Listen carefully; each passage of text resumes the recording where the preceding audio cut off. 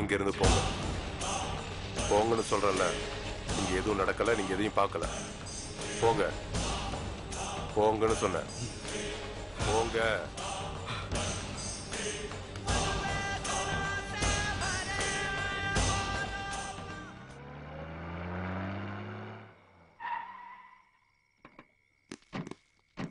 எதுக்குடா இவனுங்களை எங்க கூட்டிட்டு வந்தீங்க? யாராவது பார்த்தாங்கன்னா? முதலாளி அது வந்து சுபு அவங்க போட்டாங்க. இவங்க தப்பிச்சு வந்துட்டாங்க. இதுக்கு மேல வெளியில இருந்தா வேண்டாம்.